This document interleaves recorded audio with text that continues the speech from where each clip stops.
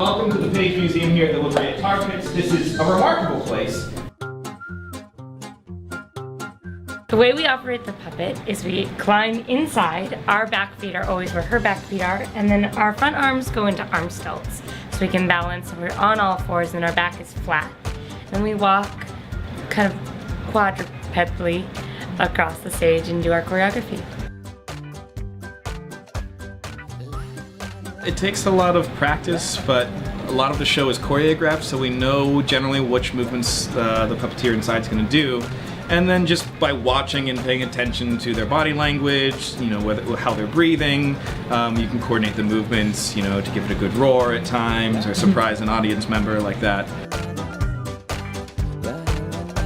We do a lot of physical training. All of us participate in some sort of physical activity. We warm up and cool down and really take good care of our bodies. But then we also do a lot of research on how animals move and what's the best way we can make it look as real life as possible. Well, I can kind of show you right now. It's basically everything from the neck up.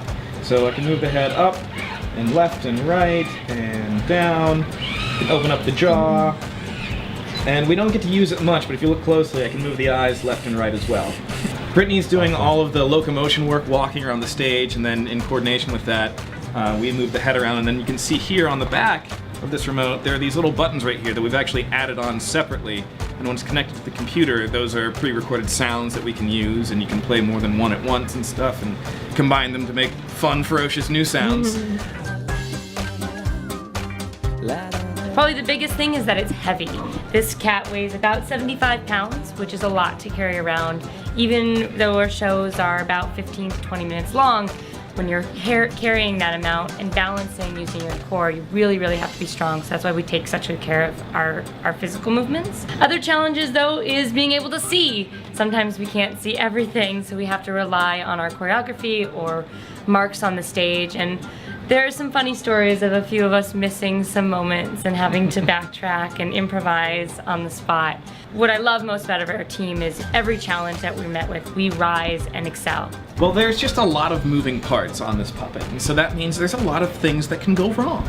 And so you never know what's going to happen, if it's going to get stuck in a position or if it just wants to repeat something a whole bunch. So we're very grateful for our technical coordinator Eli, who keeps her working and keeps her in top shape, you know, keeping up on all the maintenance and all of that.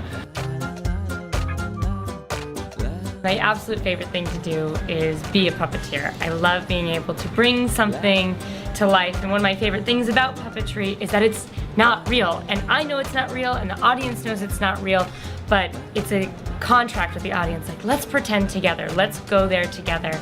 And so it becomes a collaborative art experience, and this not only is a collaborative art experience, but it's a collaborative science experience. So we're getting the best of all those worlds and we're participating together.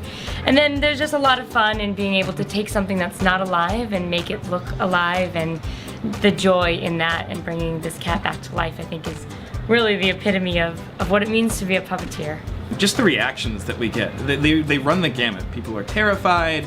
There was an audience member last week who saw when the saber-toothed cat came out and she just called out, "I love him, I love him." And I mean, that's such a wonderful experience, you know? It's fantastic to get reactions like that from people, and you know, you can't help but love it and just enjoy it, so.